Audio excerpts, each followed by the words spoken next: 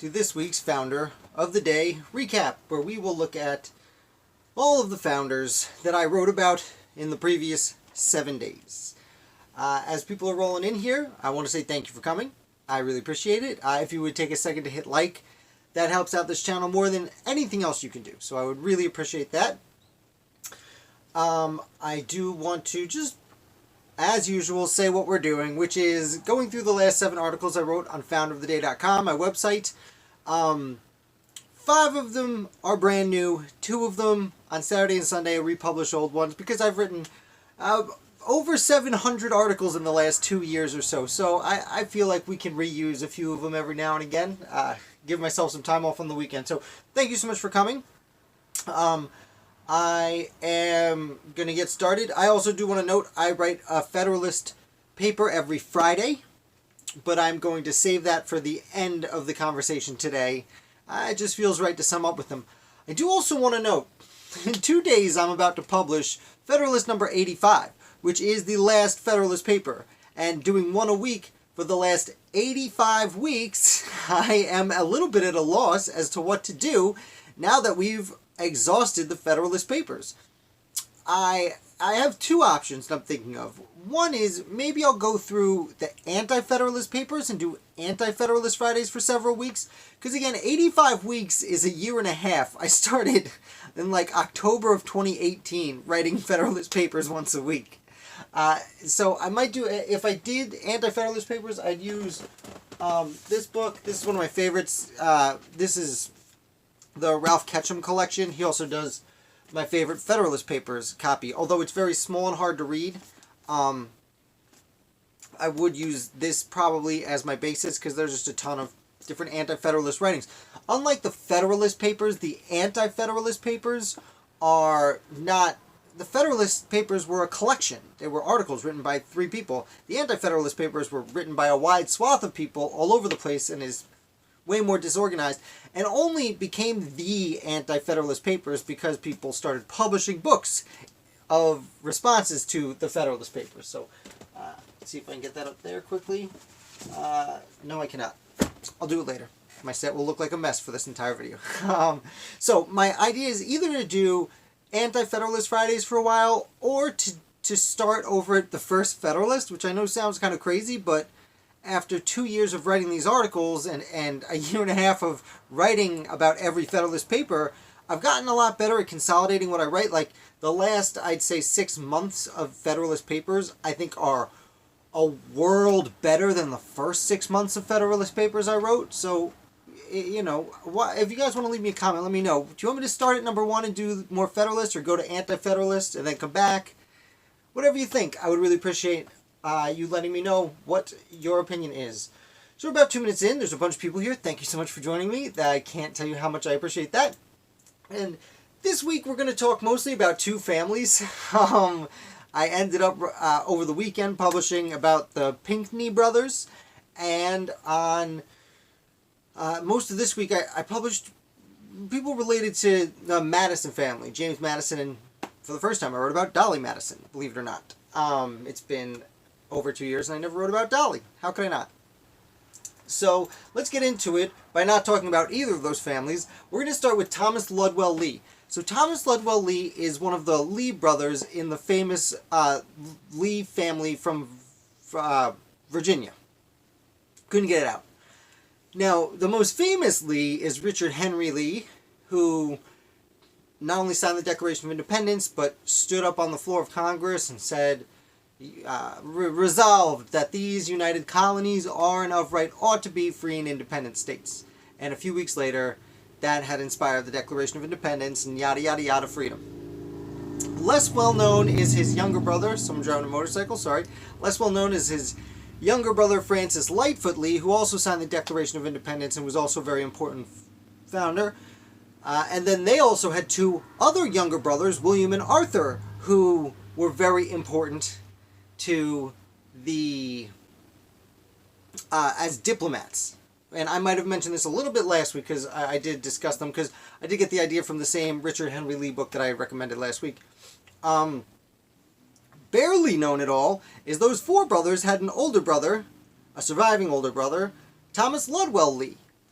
Thomas Ludwell Lee is not nearly as well known for a few reasons. First of all, he was a lot quieter than the rest of these gentlemen. While they would like to go out and have some fun, make a name for themselves, although Thomas Ludwell Lee did understand as one of the wealthiest men in Virginia, it was his responsibility to participate in the local government. He generally did just that. He stayed in the local government. He never tried to go out. He was a homebody. Maybe why I like him a little bit, because I like to stay home too, if I'm being honest. Keep to my books. So, Ludwell Lee, now, Thomas Ludwell Lee, though he didn't really seem to leave Virginia, he did participate. He was a part of several of the Virginia conventions, including the 5th Virginia Convention, which was the one that essentially declared independence from England and sent instructions to Richard Henry and Francis Lightfoot Lee and the rest of the Virginia delegates to declare independence. Furthermore, when independence was declared and they started revising the laws of Virginia, because basically what they did, and most of the colonies did this when they became states, was, hey, we're not just going to throw out all our laws and start new laws, but we are going to look at the laws we have and see how we can make them more Republican, more American, so to speak. And Thomas Ludwell Lee was on the commission that did that. Also, I did forget to mention, he helped write the Virginia Declaration of Rights. And the Virginia Declaration of Rights is one of the most important declarations of the Revolutionary Era. It was essentially something that was written... Excuse me. I'm okay. I choked on my own mouth. I apologize. Live on camera. Something goes wrong for me every week. Now I'm red from embarrassment. Anyway, we were discussing the Virginia Declaration of Rights. It was an important document that was written that Thomas Jefferson actually referred to when he was writing the Declaration of Independence. Most of it was written, if I'm not mistaken, by George Wythe. Perhaps it was George Mason. Let me check myself. Virginia Declaration of Rights. I always get George Wythe and George Mason mixed up. It was George Mason. I apologize. Oh man, you come to me for information. Here I am Googling it. It's written mostly by George Mason, and it's funny that his name comes up because I have not done a whole video on George Mason or on George Wythe, and I was reading about them both this afternoon because I think between them and Rufus King are 3 people I have not covered that are major assets to the American Revolution, who I'm going to do videos about soon. So anyway, Thomas Ludwell Lee, he didn't write it, he reviewed parts of it, and he helped edit it and do the finalized version of it. And that's pretty much it, because he suddenly dies, still just around, not too far into his 40s, of a rheumatic fever. He had some kind of fever and passed away in 1778. So he did see independence declared, but he did not see America become America. So if you have any questions about Thomas Ludwell Lee or the Lee family in general, I'll be happy to answer it. Clearly I'm rusty on the Virginia Declaration of Rights. And I can't believe I forgot George Mason because he's so important. The reason I get him confused with Wythe is Wythe was more of an educator and he influenced Thomas Jefferson while he was learning as a younger man. And in general was kind of a mentor for Thomas Jefferson and many of the younger Virginia delegates and governors and things of that nature. But as far as... and then he looked up to George Mason as far as the writing he actually wrote. Anyway, did I see a question come in? Mr. Muscleman, I was reading a Wikipedia article that said Hercules Mulligan's name was actually John, and Hercules was his nickname. I don't believe it. Hercules Mulligan's actual name was John. I have not heard that. I would assume... I will look into that. Let me write that down. I can find my pen. Yes. Hercules John? Question mark? Mr. Muscleman, I will look into that for you. I cannot answer it off the top of my head. It wouldn't surprise me. Certain people went by middle names. Hercules might have been his middle name. And oftentimes people did go by middle names then as now. So I will let you know. And Matt, I see you said maybe each for the Federalist paper or Anti-Federalist paper before. Okay. But which one do I do first? Because I probably will... I will end up doing both. Still trying to figure out which one to do first. Anyway, keep the questions coming. I'm sorry I don't know that off the top of my head. Mr. Muscleman, that's a very specific question. I have never seen him called John elsewhere. And I'm certainly not an expert on Hercules Mulligan. I have not studied him that much, but his name does come up fairly frequently, especially since I grew up on Long Island learning about the Culper Spy Ring and his association with it. I would have thought I came across that, but anything can happen. So, moving on, we are going to talk about the Pinckney brothers. And over the weekend, I published an article about Thomas Pinckney and about Charles Cotesworth Pinckney. Usually, I just do one person at a time. I'm going to talk a little bit about their early lives kind of simultaneously. The Pinckney brothers were extraordinarily important to the Revolution. They were from South Carolina, and essentially some of the most important South Carolinians, maybe with the Rutledge family, up there with the Rutledges. So, Thomas and Charles Cotesworth Pinckney were only about 4 years apart in age, and they were brought as children. Thomas was just 3 years old, and Charles, I believe, was like about 7. And they were brought to London to get their education. And they spent the first 20 or so years of their life, essentially, they were brought there as very young children with only scant memories of living in the future United States on North American continent. They were brought there and spent most of their lives there. But when the Revolutionary War broke out, they both chose to come home. And both chose to be Americans, essentially. And they both fought in the war. As for Thomas, he was brought on to the staff as an aide-de-camp to Horatio Gates. And unfortunately, he was captured at the disastrous Battle of Camden. As were many people, it was not a good scene. And Charles Cotesworth Pinckney also fought, and he was appointed as a brigadier general in the Continental Army. And served with distinction. So, after the war, they both go home. Thomas Pinckney goes home right after he's captured. He's held for a year as a prisoner, and he goes back home after that because the war was closing in on its end anyway, and he had spent enough time in prison that he wanted to go home.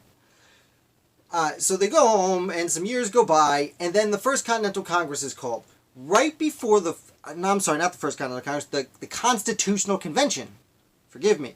Constitutional Convention was called together. Just before the people met for the Constitutional Convention, Thomas Pinckney was elected as governor of South Carolina, which was his first public office. But he was such a highly esteemed citizen. Thomas was elected as governor, and Charles Cotesworth was elected to go to the Constitutional Convention. And Charles Cotesworth helps to write the Constitution. He's not one of the actual authors, but he's in the room. Throughout the debates, he's a very important member of the South Carolina delegation. And then when Charles Cotesworth comes home with this Constitution to ratify, well, who is president of the South Carolina Ratification Convention? Well, it's the governor of South Carolina, of course, who happens to be Thomas Pinckney. So the Pinckney brothers lead the fight in South Carolina to ratify the United States Constitution. And it is ratified. And, we become the United States. Shortly after that, 2 years or so, George Washington becomes president, and he needs to choose certain people to hold certain positions in his cabinet. And he goes up to Charles Cotesworth Pinckney and says, hey, I need your help. I need someone to be Secretary of War, and I need someone to be Secretary of State. Which one do you want? And Charles Cotesworth Pinckney says, neither. I'm tired and I want to go home to my wealthy private life. And that ended up becoming fortuitous because instead Washington asks Thomas Jefferson to be Secretary of State and Henry Knox to be Secretary of War. But yes, Thomas Pinckney was offered, hey, which one do you want? So, shortly after that, they both go home, kind of live in retirement, or live in private life, I should say, retired from public life. But Thomas is asked by George Washington to become minister to Britain. And he goes to Britain, and he's the minister to Britain. He replaces John Adams, who had just been elected vice president of the United States, by the way. He goes to Britain. He has a lot of trouble dealing with the British because, they had just recently lost a war to us, and their most profitable colonies to us. By us, I mean the United States. So things didn't go swimmingly for Pinckney while he was there. But Thomas at one point is joined by sitting Chief Justice of the United States Supreme Court, John Jay, who helps him finally hash out a treaty with the British. Well, we know this treaty is the Jay Treaty, and people didn't really like it when Jay came home, but you might be asking yourself, why is the Jay Treaty, when Pinckney was there longer, working harder on it? And the reason for this is there's another treaty named the Pinckney Treaty, because while he was minister to Britain, he served as, and let me get the phrasing right, he served as envoy extraordinary to Spain. And he worked out what we now know as the Pinckney Treaty, although it's also known as the Treaty of San Lorenzo.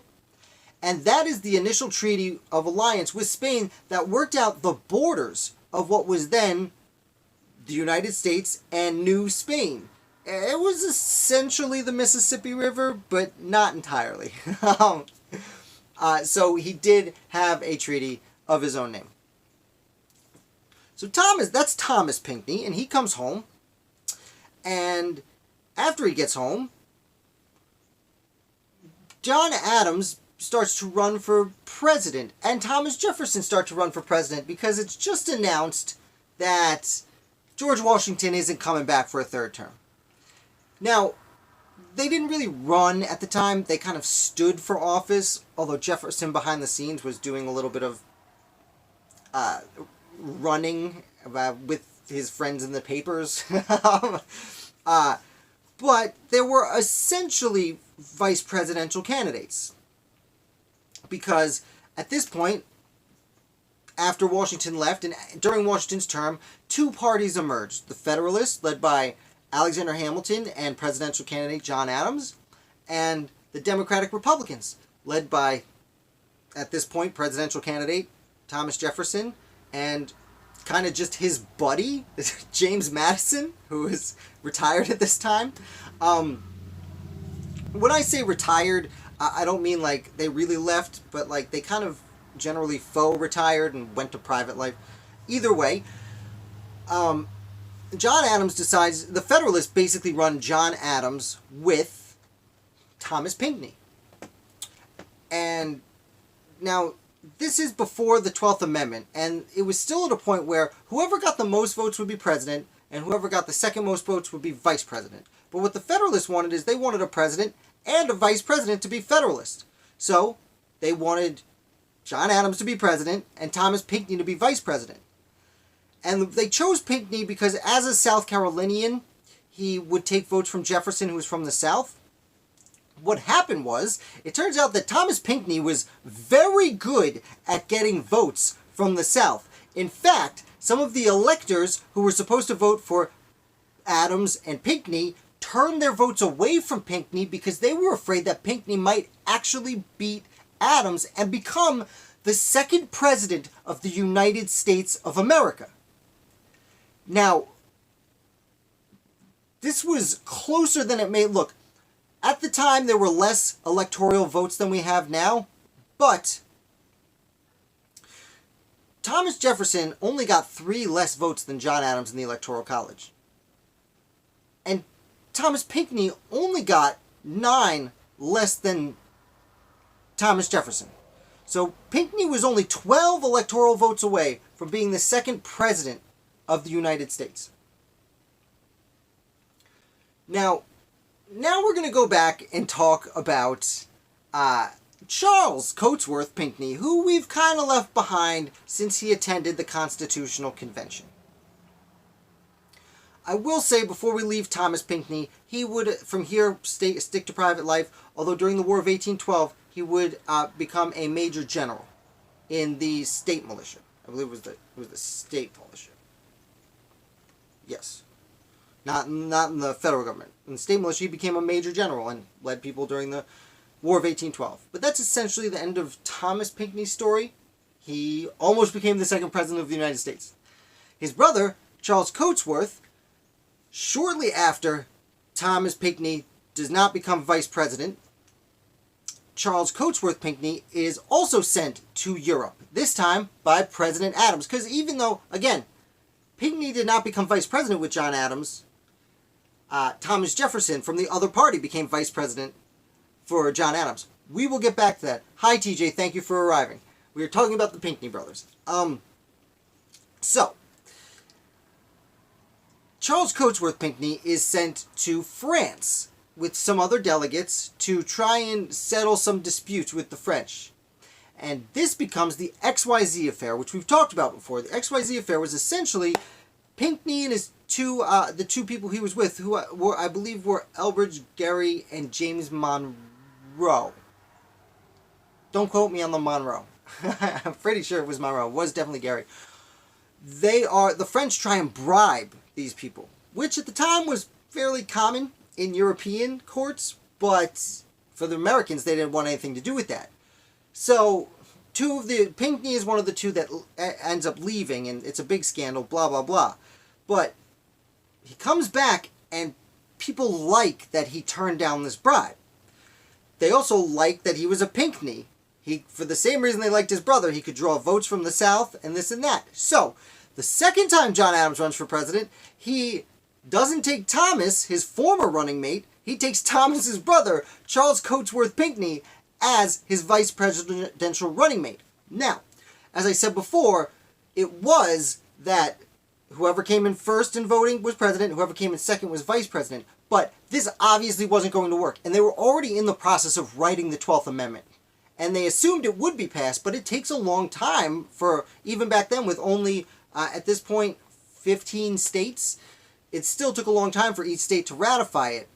So they knew the voting would be changed to be what it is today, where electors cast one vote for president, one vote for vice president. But it wasn't like that yet, which we would see because shortly thereafter, Thomas Jefferson and his vice presidential running mate, Aaron Burr, would tie until the House of Representatives could break that tie in the House. But Thomas Jefferson and Aaron Burr ran against John Adams and Charles Cotesworth Pinckney in what essentially was the first modern election. Again, the law hadn't changed yet to make it the way we vote now, but they knew the rules were changing. Obviously, having John Adams and Thomas Jefferson, who used to be friends but now led opposite political parties as president and vice president, is a bad idea. In modern sense, it would be like if Nancy Pelosi was Donald Trump's vice president. Is what happened right when George Washington left office. It's very fascinating. So, unfortunately, John Adams and Charles Cotesworth Pinckney lost this election. But Charles Cotesworth Pinckney was not done yet. In fact, the next time when Thomas Jefferson ran for the second of his two terms, well, this time the Federalist candidate for President of the United States was Charles Cotesworth Pinckney. Now, he was absolutely slaughtered. And his running mate was actually Rufus King, another founder I need to write an article about. I might have mentioned him earlier. He was Charles Cotesworth Pinckney. I'm sorry, I saw a question on my screen and I got a little distracted. I will answer you in 1 second, Mr. Muscleman. Charles Cotesworth Pinckney lost in a landslide. Thomas Jefferson had just made the Louisiana Purchase, which was not very popular with all the politicians, but it was pretty popular among common people. And on top of that, he had severely reduced government spending. And because of that, he was so extraordinarily popular. Thomas Jefferson got about 72% of the electoral, of the popular vote. And Charles Cotesworth Pinckney only got about 27% of the popular vote. It's one of, if not the, greatest landslides in American history. Now, there wasn't much Pinckney could do about this, because not only was Jefferson riding hot, but Alexander Hamilton had been shot during the campaign cycle. And of the two leaders of the Federalist Party that I mentioned before, John Adams had already kind of walked away. He retired. He was not happy. He got beat. He lost a lot of friends. He felt that his name would go in the history books with a big frowny face on top of it, which for a long time it did. And Alexander Hamilton was dead. Literally, the Federalist Party died. So the idea that he was a Federalist candidate was even hard to say. He didn't give up, though. Charles Cotesworth Pinckney then ran in 1808 against James Madison. Not quite a bad defeat, but still, he lost handedly.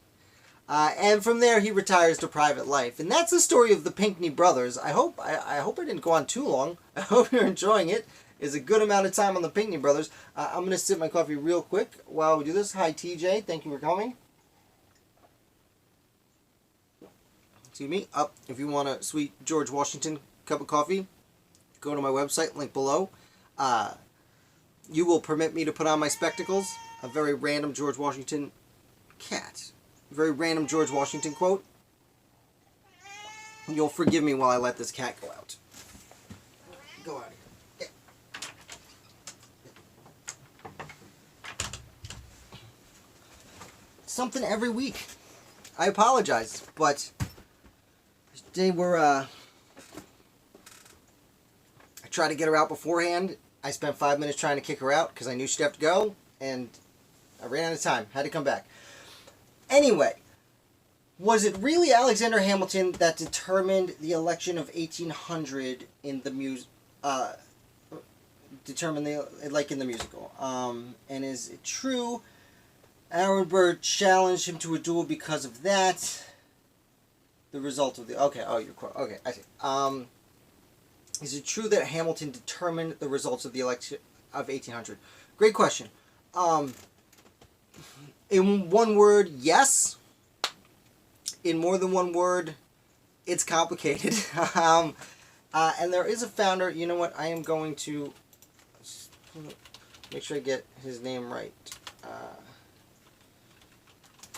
I want to make sure I get this guy's name right before I just say it. But yeah, the musical Hamilton is unbelievable.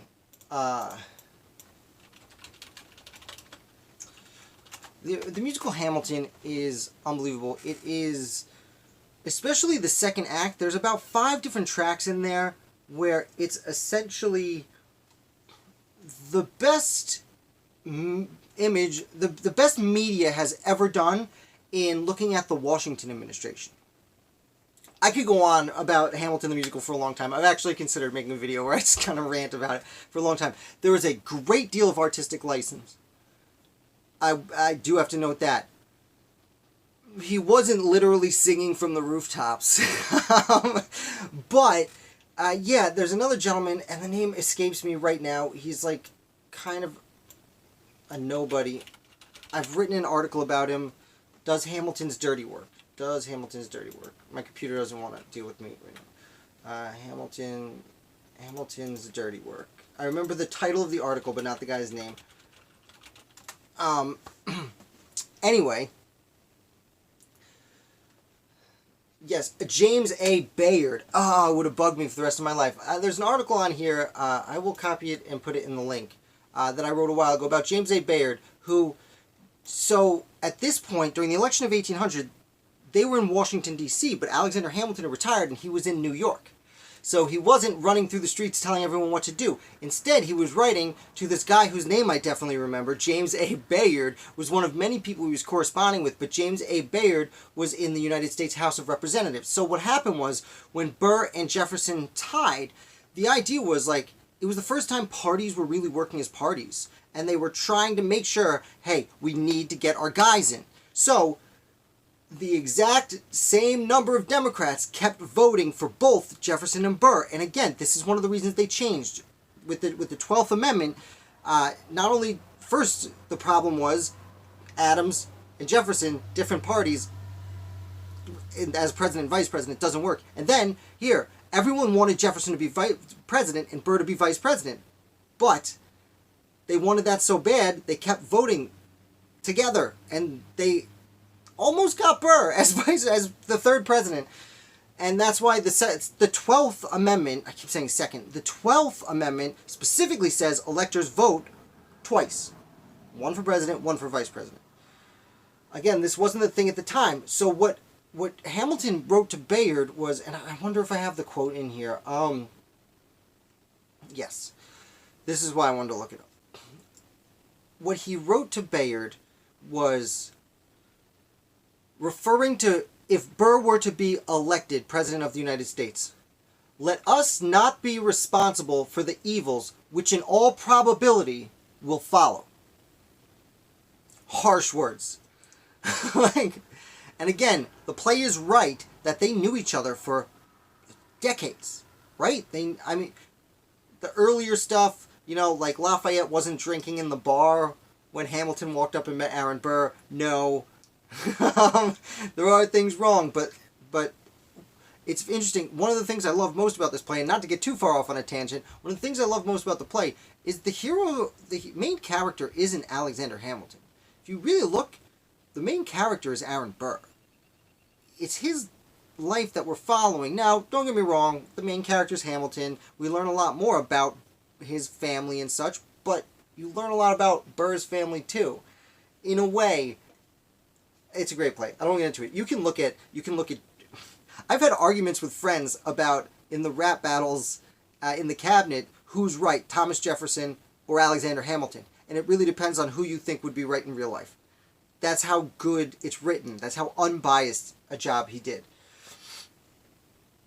Anyway, so Hamilton was the puppet master of the Federalist Party. So when the Federalist Party made the decision to let some of its members abstain from voting to allow Jefferson to win the presidency, it was Alexander Hamilton who told them to do it. Let me see. Let me see if I can cover it. I will. Where's the comments here? And did that lead to the duel? Here. I don't know if you. I put it in the comments. I don't know if you can click on a link in the comments, but if you do, thanks. I'm probably a Jeffersonian too, Mr. Muscleman. My oldest son's name is not Hamilton. It is Jefferson, if that indicates where my leanings would have been had I been alive back then. Although, granted, I probably would have sided with the Anti-Federalists. It's in my contrarian nature. And did it lead to the duel? So that's a different question. And I'm sorry, everyone else, if we're getting off tangent, but this is part of the fun, is we get to have these conversations. Did it lead directly to the duel? No. That was in 1800, and the duel was 4 years later. Was it a stepping stone after years of troublesome fanfare? Yes. Aaron Burr knew exactly who said he should not be president of the United States of America. And it wasn't Thomas Jefferson. I mean, not publicly anyway. It was Aaron Burr. And he was like, dude, we used to be friends. What the F? Pardon my language, I'm trying to make this a family-friendly channel. But not cool, man. Not cool. Anyway, now I'm embarrassed I said almost a curse. Anyway, we can get further into the weeds on that. But we should probably get back to the fact, unless you had more questions, because the play is essentially right. It's one thing after another after another. Running against Philip Schuyler is actually kind of a bigger deal that makes Hamilton angrier. And then Hamilton continues to write, correspond with people and talk about Burr really negatively when he was running for governor of New York. Because keep in mind, like, Aaron Burr is vice president of the United States running for governor of New York. And governor of New York, George Clinton, is now Thomas Jefferson's new vice presidential candidate. So, in a way, Burr sees it as like eye for an eye. Like, okay, I get it. I tried to be president, and Jefferson wasn't happy about that. But then he starts running for, for governor, and Hamilton really lets him have it. I think I have another. There might be another article here. Like I said, I've written, like, at this point, almost 800 articles in 2 years. So, like, I don't remember if I've written things or if I just remember them in my head. But I do want to say, you know what, Muscle Man? I'm going to point at this book. It's called Fallen Founder, The Life of Aaron Burr by Nancy Eisenberg, is it? Is it Eisenberg? Yeah, Eisenberg. This is one of the few biographies I've read like 3 or 4 times. It's unbelievable. She takes a really unbiased look at Aaron Burr. So not only does she like really credit him where credit's due, but she also gives him trouble for the things he deserves it for. Like, she goes, you want to know about the duel, read this book. You want to know about Aaron Burr, read this book. Like, part of me wishes that Hamilton was based on this book. Not that the Chernow book isn't good in its own right. It's very good, but yeah, check it out. Thanks, TJ. It is a ton of writing. And yes, the name was Charles D. Cooper, who was even more obscure than James A. Bayard. Charles, the thing that really set off the duel was this guy, Charles D. Cooper, who's kind of a nobody, was a physician in Albany, New York. You know, he was someone in that town at that time, but in the national stage and historically, kind of a nobody. He wrote a letter that was intercepted and published in the papers. And it said, of all the things it said, it talked about Hamilton gave a speech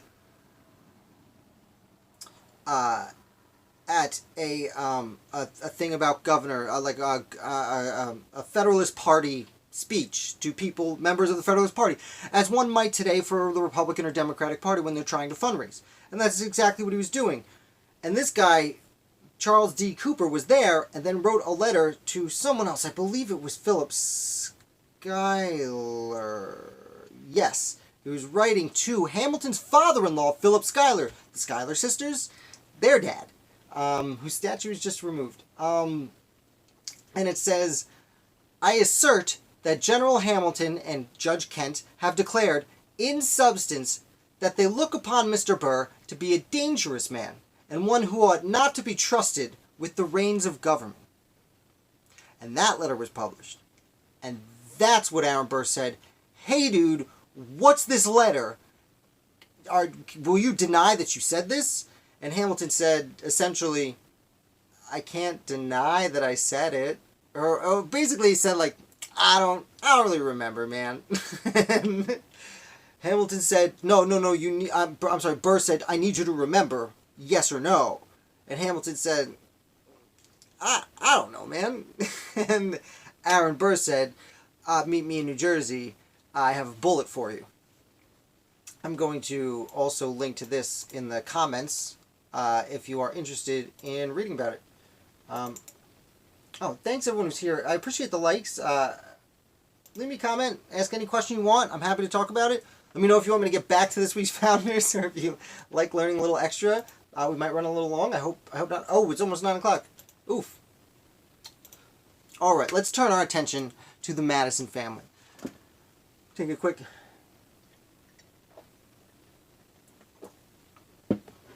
chug my lukewarm coffee. Let's talk about the Madison family. I wrote about Dolly Madison for the first time this week. I don't know what's taking me so long. She's a fun character. I suggest you click on the link below. Of all the things I learned this week, so Dolly Madison James Madison's wife. She's famous for it. I'll do a brief run through her life and talk about some of the things I learned recently that I wasn't aware of. That I tried to focus the article on the things I didn't know because I figured more people wouldn't know that. She was born in the South, traveled around a lot, ended up in Philadelphia, and got married as a young woman. Her husband, she had 2 kids with her first husband, who died in the yellow fever epidemic of 1793. Not only did her husband die, but one of her 2 sons died. Now, she was in Philadelphia, which was the temporary capital of the United States. And she had made the acquaintance of one, Aaron Burr, who apparently is today's favorite son. She made the acquaintance of Aaron Burr, who said, "Hey, I know a guy you'd really like."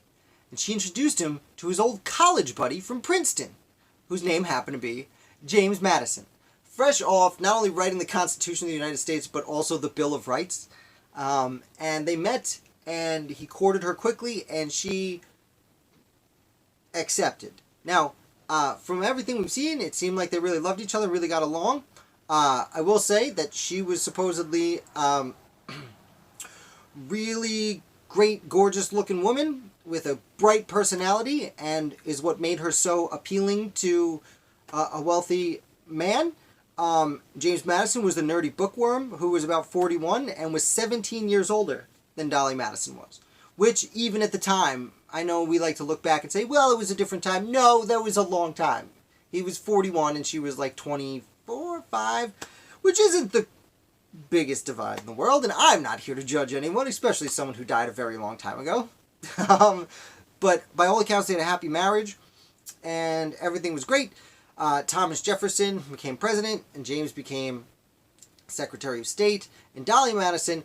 Thomas Jefferson did not have a first lady. His wife Martha had died right about the end of the Revolutionary War in 1784.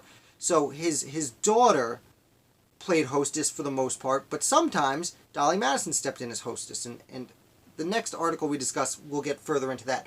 But she learned how to be a hostess for the President of the United States. So 8 years later, when her husband became president, she became First Lady of the United States. And essentially, and I don't get too into this in the article, but essentially Dolly Madison was the first First Lady of the United States in the way we think of a First Lady. Now, she didn't have a lot of activism like First Ladies nowadays, but she was a centerpiece of the household.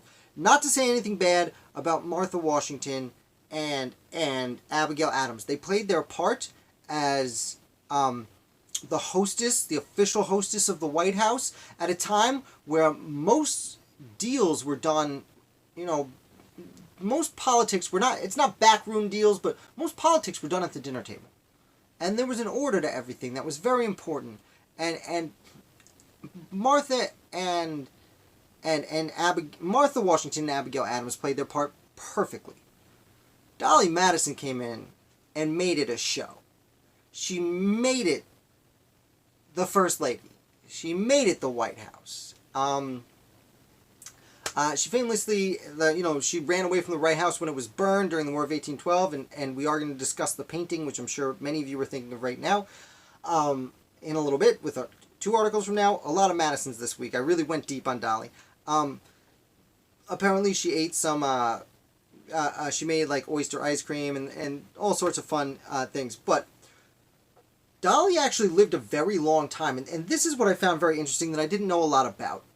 James Madison died in the 1830s. I believe it was 36, or he passed away. And Dolly was basically destitute because she was a woman and couldn't inherit any money. And she was a lot younger than James, who died in his mid-80s, but Dolly was in her late 60s. She still had life to live. So what she did is she actually went to Washington, D.C., where she hadn't been in 20 years, moved to Washington, D.C., lived there pretty much poor. She used the generosity of friends a lot, and she had a few means of income, but not a lot. And even though she was broke and now hitting her 70s, in the 1830s and 40s, and we're talking about like through the Andrew Jackson presidency into like Harrison and Tyler and Polk, she lived until 1749. She lived, I apologize, 1849. Her husband was the 4th president of the United States, and she lived until the tenure of the 11th president of the United States. And throughout these decades, it wasn't a party in Washington if the widow Dolly was not there. That's the image she had crafted as First Lady of the United States, where we're talking 30, 40 years later almost, that she was still the life of the party in the 80s while she was broke. To the point where, and this is kind of what I wrote the article about, eventually they invented the telegraph, like beep, beep, beep, beep, beep, beep, beep, beep. It was a fascinating new means of communication, and they ran a line from Washington, D.C. to Baltimore. Now, the first line, the first person to send it, I believe, was Samuel Morse, who invented the machine, or at least updated it and made it what we know it as today. I believe his quote was, "What hath God wrought?" I believe was his first saying. But they wanted another first communication on the telegraph because they wanted to promote it so people would pay to use it. And they said, "Hey, why don't we get the president to do it?" Who at the time I believe was Tyler, Tippecanoe and Taylor too. Tippecanoe and Tyler too? Tyler too. Yeah. Tyler. I always get Tyler and Taylor confused. They wanted President Tyler to do it, but President Tyler was the first person who was vice president, and the president died and became president, and people didn't really like him very much, so it wasn't, from a sales standpoint, a very good choice. So who did they choose to send the first public telegraph? Dolly Madison. Because she was so popular that she would get people to go purchase that product. Now, I'm going to check in. I saw some conversation come in. So I was wondering if there were any attractive founders. Some of the pictures make me wonder. To each his own. But I do want to say, click on the link in the description to see Dolly Madison. Dolly Madison also lived long enough to get a daguerreotype of herself, which means a picture. And if you go to my website, it's a little blurry here, but Google Dolly Madison picture. A year before her death, we have a photograph of Dolly Madison, which is so hard for me to grasp. Now, she's in her mid-80s and, probably not looking her absolute best of her whole life. And as far as good looking goes, I mean, beauty's in the eye of the beholder, first of all. Also, styles were different. I know, for example, for a man, you didn't want people to be big and fat, blah, blah, blah, but to have a little bit of a belly, a little bit of a beer gut, you might say, was attractive, because that meant that man had the opportunity and the finances to sit down more than most people who were on their feet most of the day, and also to eat their fill. So, it's in the eye of the beholder. There was a gentleman, I forget who, was supposed to be really handsome. There are several gentlemen who were supposed to be really handsome. As far as the ladies, I mean,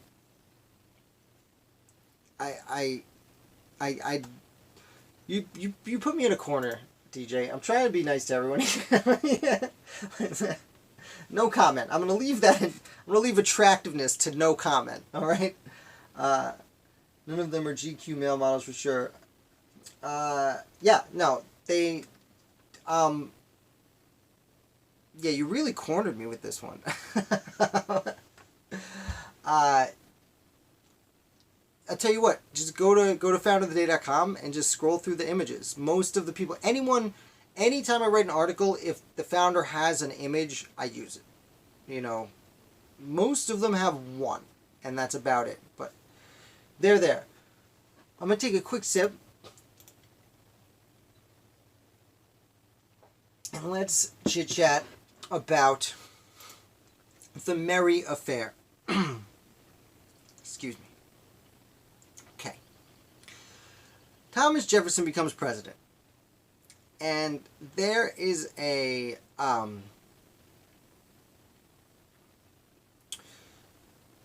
a new British ambassador comes to town, and his name is Anthony Merry, and his wife comes with him, and her name is Elizabeth Merry. And they come to the White House. They're invited to the White House by President Thomas Jefferson, as is customary for a new ambassador to be invited. And Thomas Jefferson didn't seem to care for the British very much. Now, Jefferson had this new thing he was going for. He called it pell-mell.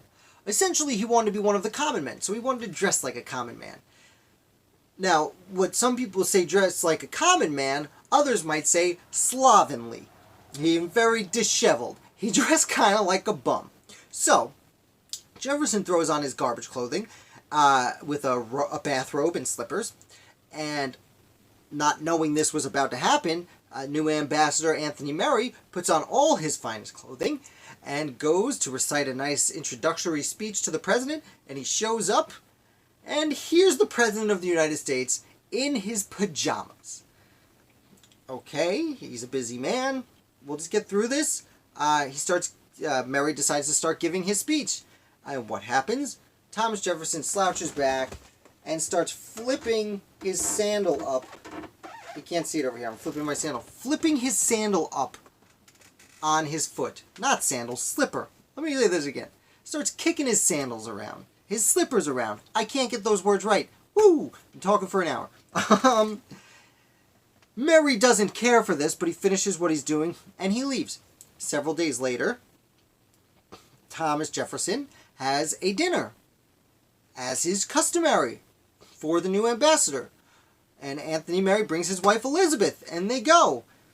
And the custom was for the host of the party to take the guest of honor's spouse by the arm and lead her to the dinner table.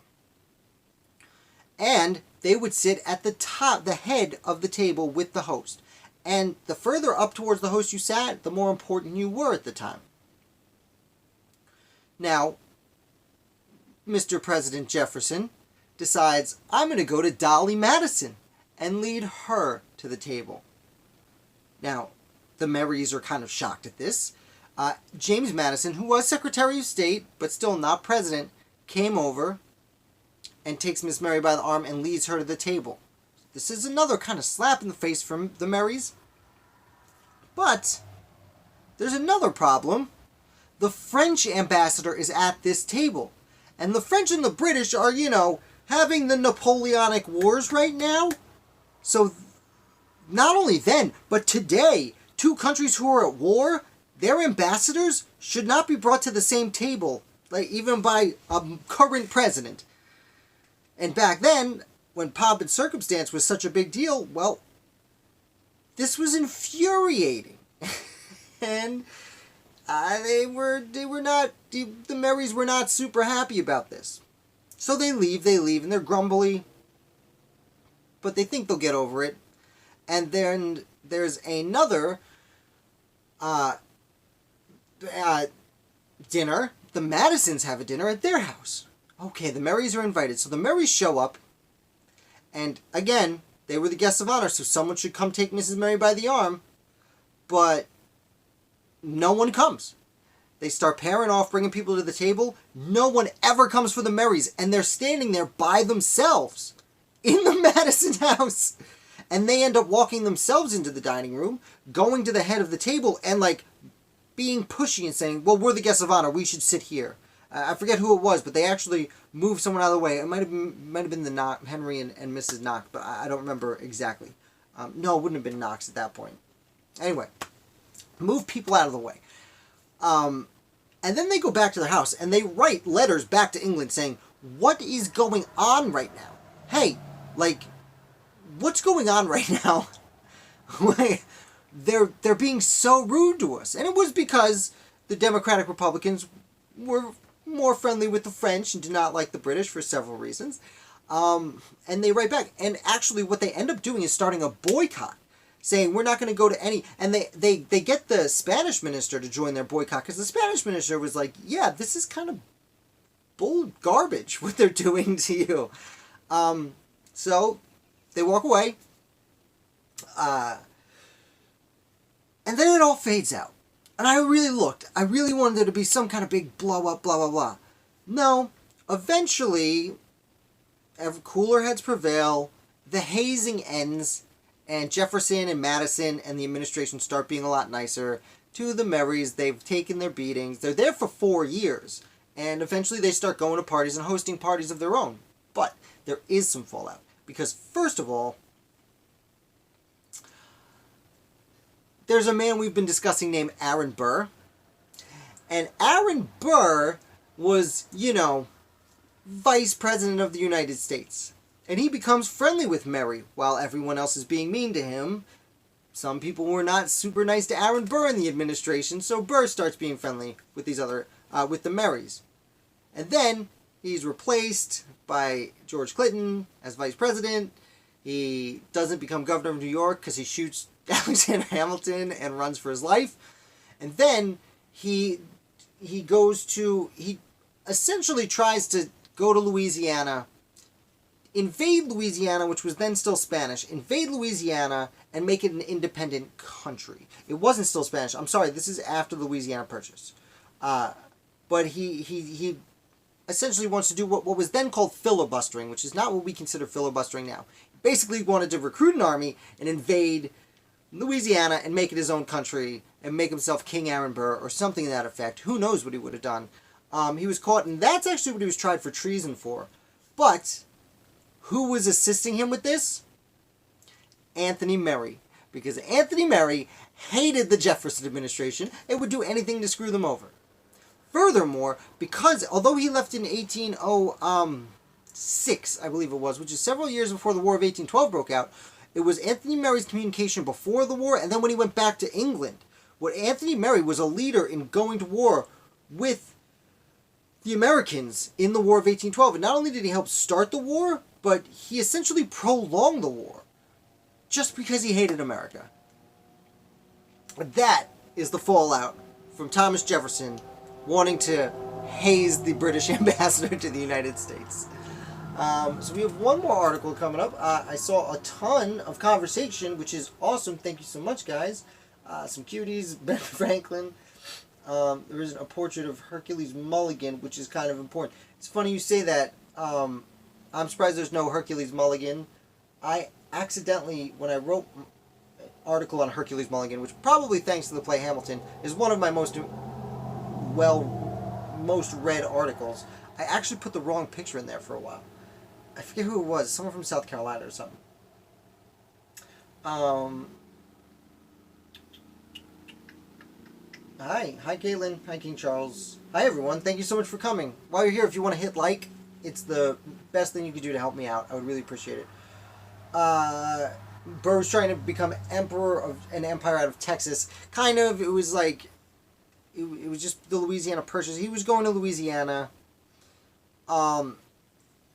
What then was Texas compared to what became Texas. How deep he was planning on going. Nothing came to fruition, so it's kind of hard to know exactly what his plans were, especially because he denied so much of it, but I'm telling you, read the Nancy Eisenberg book. You would love it. Mr. Muscleman and everyone else, if you really like, if you want to learn about Aaron Burr, do it. Because, again, Aaron Burr was the third vice president of the United States of America, and he's cast aside nowadays as just the guy who shot Hamilton. He was the third vice president of the United States of America. He was a long-term senator, and he was running for governor of New York. He was a very important person during the American Revolution. It's hard to understate who he was. And again, this isn't... Today's not supposed to be about Aaron Burr, but I mean, this was a kid who left college to join the forces and march with Benedict Arnold through the woods of Maine with people freezing to death and half the people giving up and going to the Battle of Quebec and paying his dues in the war before being pushed around by Alexander Hamilton for several years.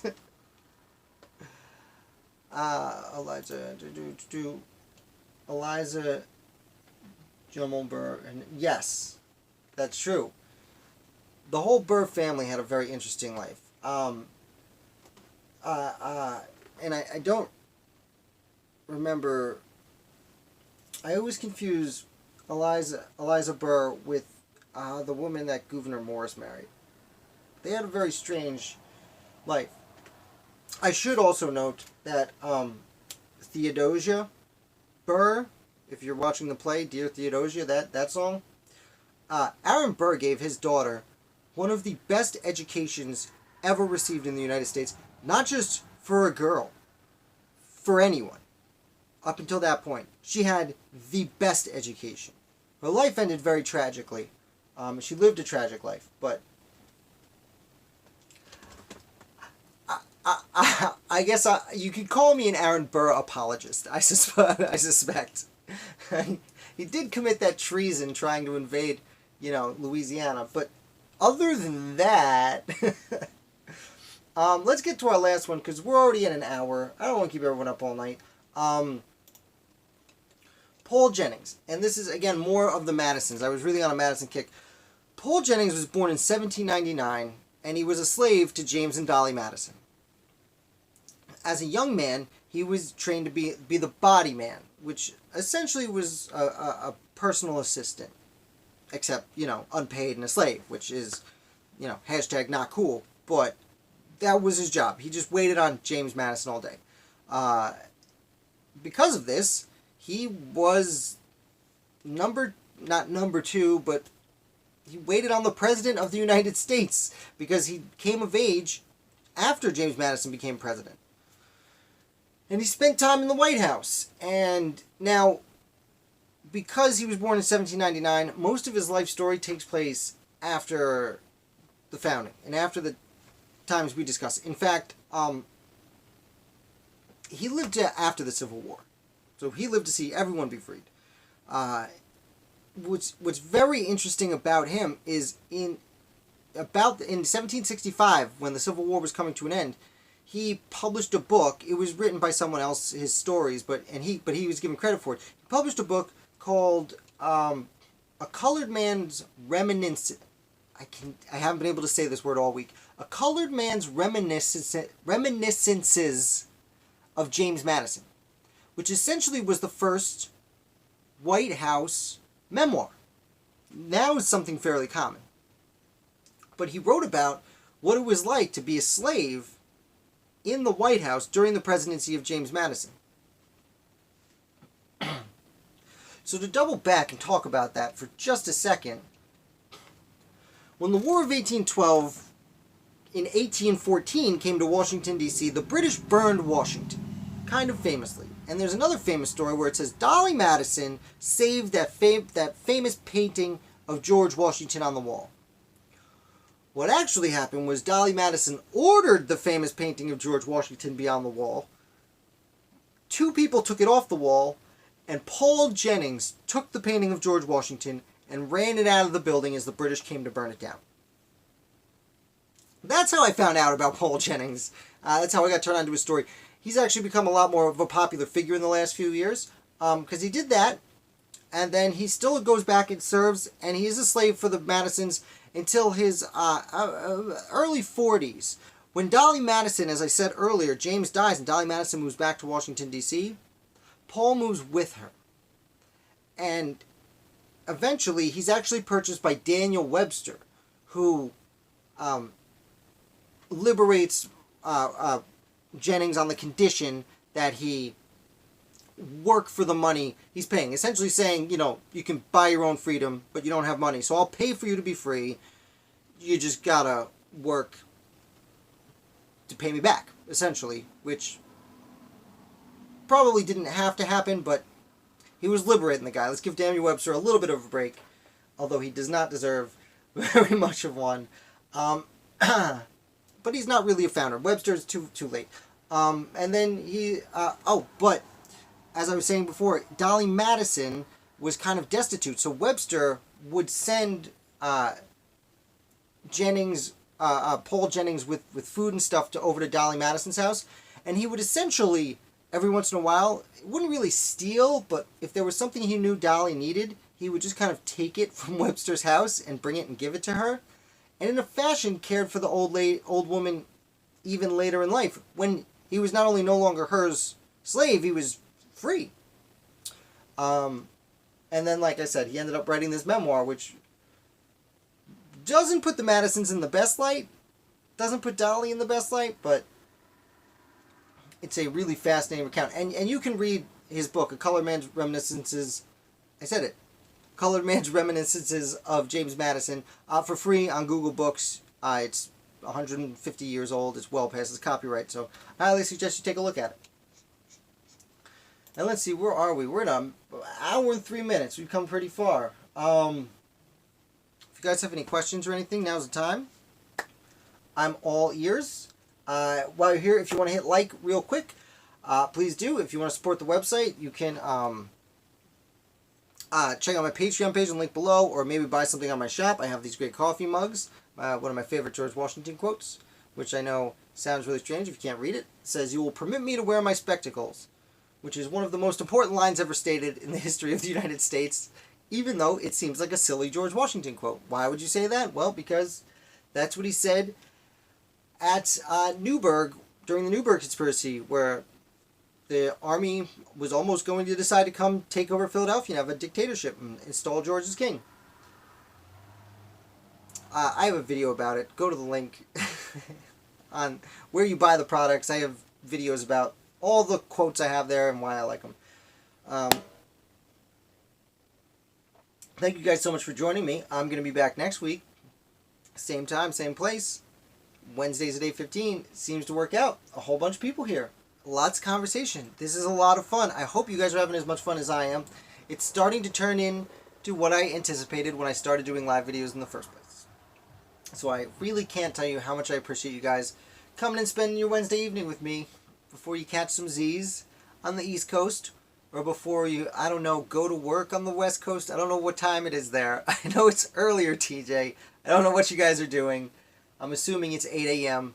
When it's 9 o'clock on the East Coast, it's like 4:30 in the morning on the West Coast.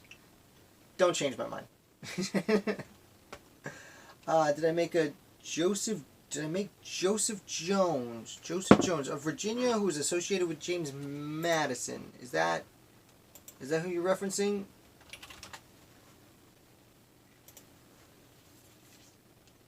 Is that how I know the name? It's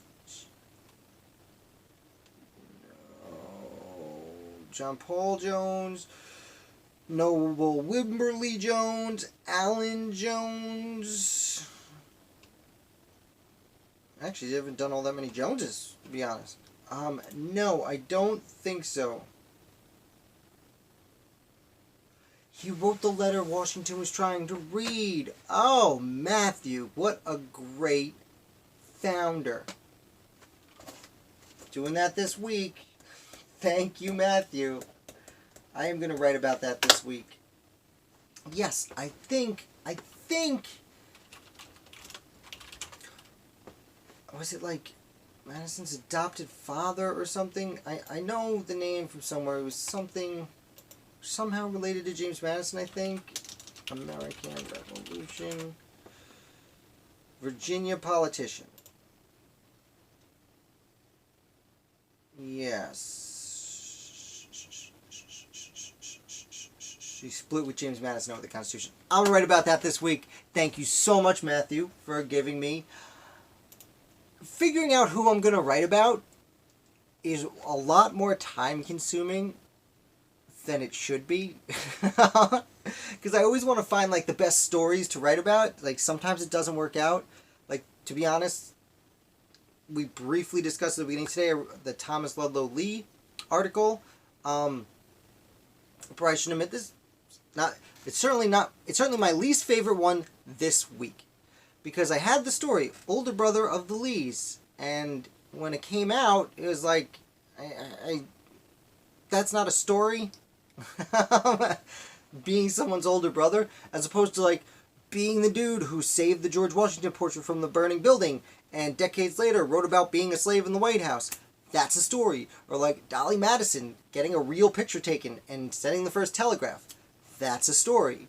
You know, the Pinckney brothers trying to run for president. Story. Just being someone's older brother isn't really the story.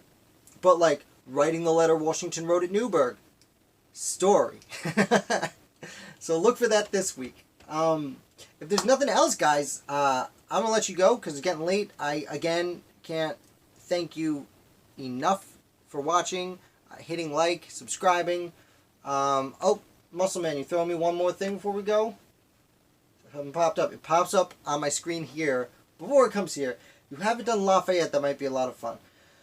A lot of important things he did. He even got laughed off the dance floor by Marie Antoinette. I think it'd be a fun article, and I would read it. Let's Lafayette's Antoinette shorthand dance. I will find that. I'll see if I can pull it into the American Revolution. Sounds like the French Revolution. But I'm okay with it. I did write an article on Lafayette. He wasn't one of my original articles. When I started the website, I wrote about the Big Six, which is Washington, Franklin, Hamilton, Madison, Jefferson, Adams. That's what I like to call the Big Six. They have towns, cities, counties, and in many cases states named after them. They are the most important founders. But early on, I wrote a lot of like kind of biographies. Nowadays, I'll write like a biography about nobodies that people don't know. Like Joseph Jones will be pretty much a biography, but the moral of the story will be he wrote the letter. But early on, some of the bigger names, I wrote like basically like super condensed biographies, and I did that for Lafayette. I did write about Lafayette. There was one I wrote about James Armistead Lafayette, who was a slave who fought in the American Revolution, and became. He was like a spy for Lafayette, and in fact, after the war was over, he asked for his freedom because he fought as a patriot. I'm gonna put in a link in here. And then he received his freedom, but no one believed him because he was covertly working as a double agent. And then Marquis de Lafayette actually wrote on James Armistead's behalf, saying, hey, he wrote to the Virginia government saying, hey, no, he worked for me. Like, they were giving a lot of people, thanks, TJ, thanks for coming. They were giving basically a lot of people their freedom. And they gave, if they fought in the Revolution, they had a chance to be manumitted. And James Armistead had Marquis de Lafayette write on his behalf saying, no, he deserves it. He helped Lafayette find out information about the British movements that essentially had helped get them cornered for Yorktown. And because Lafayette inserted himself on James Armistead's behalf, James Armistead was so thankful that Lafayette helped him win his freedom that he changed his name from James Armistead to James Armistead Lafayette. And that story ends, and this is the last I'll say tonight because I know we got to go to bed, but 40 years later, after this event, Marquis de Lafayette goes back to France, has the French Revolution, spends time in jail, goes back and helps the government. 40 years go by, and eventually Marquis de Lafayette comes back to the United States to do his famous tour of the now, it was like 13, 16, 17, 20 states during the James Monroe administration. And when he comes back, he's on his famous tour, and he goes to every city in the young country, and he's going through Richmond, Virginia, and who's there? In the crowd of hundreds of onlookers cheering, there he is, there's the Marquis de Lafayette, there's George Washington's adopted son. And one of the people in the crowd was James Armistead Lafayette, who assumed he's never going to remember me. I was a nobody that he helped briefly and went back to Europe for 40 years to talk to nobles and kings. And the Marquis de Lafayette, now probably in his 60s or 70s, stops the parade and gets off his carriage and pushes his way through the crowd to James Armistead Lafayette, who he hadn't seen in 40 years, and they embrace. Because he knew, I'm assuming, he definitely remembered him, and he knew that's the man who was so important to helping me, that I was also fortunate enough to help him win his freedom. That he would stop his parade to see a person that he didn't know all that well, but they had this connection. They were brothers in war. decades beforehand. And then that's it. He got on his float and never to be seen again. So, I'm all done. I thank you guys again so much for all of this. I will look a little bit more into Lafayette for you. Thank you for the ideas for new articles, and we'll talk more about these people next week. You guys have a great night, and I'll say round bottom.